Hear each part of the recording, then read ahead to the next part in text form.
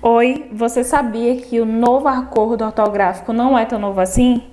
Então, se você não sabe, aguarde um pouquinho que a gente vai verificar nessa aula como se deu toda essa situação.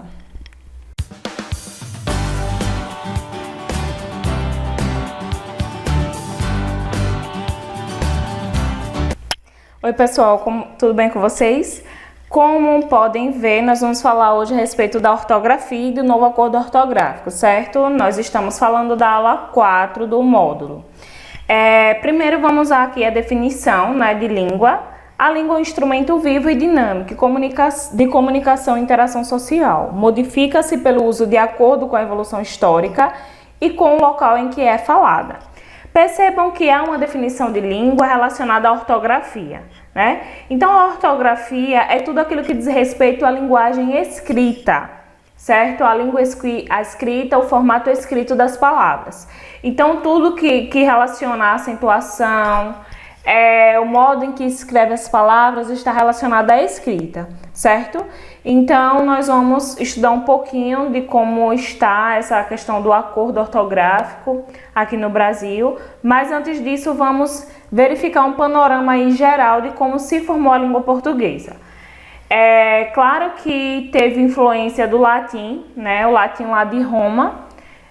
Só para vocês terem uma ideia, nós tínhamos duas comunidades, digamos assim, certo? Então elas falavam o latim clássico e o latim vulgar. O latim clássico estava relacionado aos poderosos, certo? Aquela classe dominante. E o vulgar estava relacionado à parte plebeia, certo? Aquela camada menos favorecida da sociedade. Então foi essa camada menos favorecida da sociedade, né, que começou, digamos assim, a divulgar esse latim vulgar, né? Eles começaram a viajar, a trabalhar, a interagir com muitas pessoas. Então, o latim vulgar começou a ter, digamos assim, uma expansão muito grande, né? Começou a ser expandido, certo? Muito mais que o latim clássico. Então, foi a partir desse latim vulgar, né, que começou a influenciar a Península Ibérica, hoje Espanha e Portugal, certo? Então, a partir disso, nós tivemos vários dialetos, várias formações, né, de linguagem, de formas de escrita, à medida em que Portugal e Espanha também ia se formando, certo? Então, a partir disso, nós temos o galego-português, que é um linguajar que traz uma influência português, mas também que tem influência latina, né, do latim. A partir desse galego-português, nós temos a chamada língua portuguesa, propriamente dita, certo? Então, só para lembrar, né, os portugueses vieram para o Brasil, né, e a fim de colonizar. Então, com isso, trouxe também a sua língua, as suas influências. Chegando aqui, vocês sabem, né, como nos conta a história, que os indígenas já habitavam o nosso país. Então, percebam que nós tivemos várias influências, certo? Então, as influências mais marcantes são as indígenas, né, as africanas, que também nós recebemos muitos escravos, certo? Vindo aí da África. E a partir disso, foi se formando a língua portuguesa que nós temos hoje. Claro que ela está em evolução. Toda a língua, né, seja de qualquer lugar, de qualquer país, ela está em evolução, certo? É somente para vocês terem uma definição, uma clareza acerca dessa formação da linguagem que nós estamos estudando, que nós falamos, que nós vivenciamos, ok? Essa questão do novo acordo ortográfico, pessoal, não é tão novo assim, certo? Em 1990, Portugal e Brasil sentaram para definir algumas situações, ok? Porque em Portugal era escrita dessa forma, no Brasil é escrita de outra forma. Então, os dois países sentaram e fizeram um tratado, né? Um projeto, um novo acordo ortográfico, certo? Lá por volta de 1990. O presidente que estava, digamos assim, no poder na época, Fernando Henrique Cardoso, ele verificou o projeto e não, digamos assim, não quis, né, colocar esse projeto na prática, ok? Por quê? Porque esse projeto, ele tinha, digamos assim, 10 anos para se adaptar. Então, 10 anos para passar a ser obrigatório. Então, a partir dos anos 2000, né, essa linguagem já era obrigatória no Brasil, esse novo formato. Então, todas as pessoas que começariam a entrar na escola a partir dos anos 2000 teriam já que estudar de acordo com essas novas regras, certo? Mas isso não aconteceu porque o presidente não quis, né, não achou por bem. Não, já estou terminando, já estava no segundo mandato dele, a gente sabe que ele ficou durante 8 anos. Então, por estar nesse segundo mandato, ele não quis colocar o projeto em prática. E aí nós tivemos um novo presidente, né, que foi o Lula, que também percebeu que não era viável colocar o projeto em vigor, então também ficou do mesmo jeito. Só então no governo de Dilma que o projeto escrito, né, e aprovado lá em 1990, ele foi, digamos assim, colocado na prática, certo? Então, em 2009, nós tivemos aí uma mudança. Para muita gente foi, até para mim, né, foi algo muito inusitado. Uma mudança, digamos assim, repentina, mas que na verdade não era repentina, né? Já existia há muitos anos esse tratado, esse acordo, certo? E em 2016 passou a ser obrigatório, ou seja, escrita obrigatória, certo?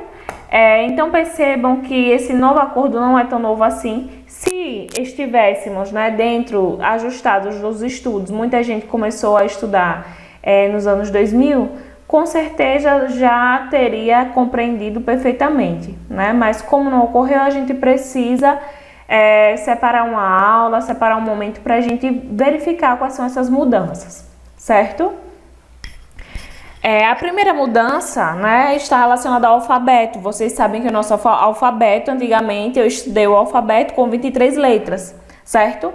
Mas, por exemplo, se seu nome for Karina, se você conhece alguém com o nome Karina, né, essa palavra era considerada como uma palavra de origem estrangeira, porque o K não pertencia ao alfabeto. Então, era um problema muito grande, né, para as pessoas entenderem toda essa situação. Então, isso também está dentro do acordo, certo? Então, essas letras, elas foram inseridas em nosso alfabeto. Nós temos muitas palavras, principalmente nome de pessoas, que são escritas ou que tem, né, dentro da palavra em si, essas letras. E que antes a gente não encontrava em nosso alfabeto. O segundo ponto é a questão do trema, né? Deixou de ser usado, mas nada muda na linguagem. É importante frisar que a pronúncia ela continua a mesma, né? A gente não tem mudança alguma, é só uma questão da ortografia, da escrita da palavra, certo? O trema era utilizado em palavras que tinha o som, né? A gente conseguia ouvir o som, como a palavra liquidificador. Entre o Q e o I a gente tem o U. Então era obrigatório o uso do trema, certo? Hoje não existe mais essa obrigatoriedade. Existem aí alguns exemplos que eu coloquei para vocês: bilíngue, pinguim, 50, linguístico, dentre outros, certo? A exceção são as palavras de origem estrangeira, né? E aí tem Miller, Bint. Percebam que eu não pronunciei o U, né? O trema continua, claro que visualmente na escrita é o U, porém na pronúncia a gente pronuncia como sendo o I, certo? Mesmo assim continua o trema. Além disso, nós temos uma pequena mudança, né? Os ditongos abertos, ei, oi, el, para ficar mais fácil, ei, oi, eu, perderam o acento. Então, boia, paranoico, heróico, plateia, ideia, tipóia, não tem mais acento, que antigamente, até hoje, a gente vê algumas pessoas, certo, escrevendo como se existisse, mas está incorreto, certo? Então, a partir de 2016, como passou a ser obrigatório, isso é tido como um erro. E aí já serve de alerta para a redação, né? lá na redação, dentro da competência 1, vocês são avaliados a partir da escrita, então é importante ficarem atentos a essas mudanças. E aí eu coloquei, mas céu, chapéu não mudam. Por quê? Porque não é, digamos assim,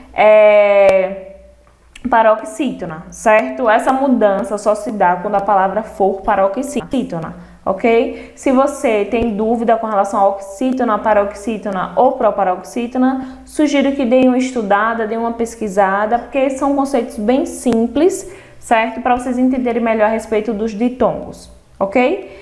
Então, o acento será mantido em destroy e mer, conforme a regra que manda acentuar paroxítonos terminados em R. Ainda existe também essa observação. E aí, os acentos diferenciais de tonicidade, né? Antigamente, a gente tinha algumas palavras acentuadas, certo? Para ter, digamos assim, uma clareza melhor, né, do sentido da palavra. Mas hoje ficou claro que a partir do contexto a gente consegue compreender a palavra, ela não precisa necessariamente estar acentuada, certo? E aí nós temos exemplo, o para, que no sentido de preposição não tinha, né, e continua não tendo acento, já o para, no sentido de verbo, tinha um acento agudo, certo? Para identificar que seria uma palavra de origem verbal, né, com sentido verbal. Hoje em dia não há mais essa necessidade. Entendeu-se que dentro de um contexto a gente consegue compreender a palavra independentemente se ela estiver acentuada ou não. Então, por isso que foi retirado aí o acento, certo? Vou pelo muro, vou pela estrada. O pelo, né, pela, também aqui, ó, no sentido de preposição. E o pelo, no sentido de substantivo, pelo antes tinha acento circunflexo, hoje já não existe mais esse acento, certo? Atenção, esta regra aplica-se também às palavras compostas, como para-brisas, para-brisa, para-raios, certo? Então, para evitar confusões, foram mantidos os acentos do verbo por e da forma do pretérito perfeito pôde, né? A única situaçãozinha que se manteve o acento. Além disso, na palavra forma, né, para distinguir de forma, o acento é facultativo, certo? Fica a critério aí do escritor. Além disso, nós temos o acento circunflexo, certo? Nos hiatos, olhe, os hiatos O e E não recebem mais acento. Abençoo, perdoo, magoo, enjoo, leem, vem, deem.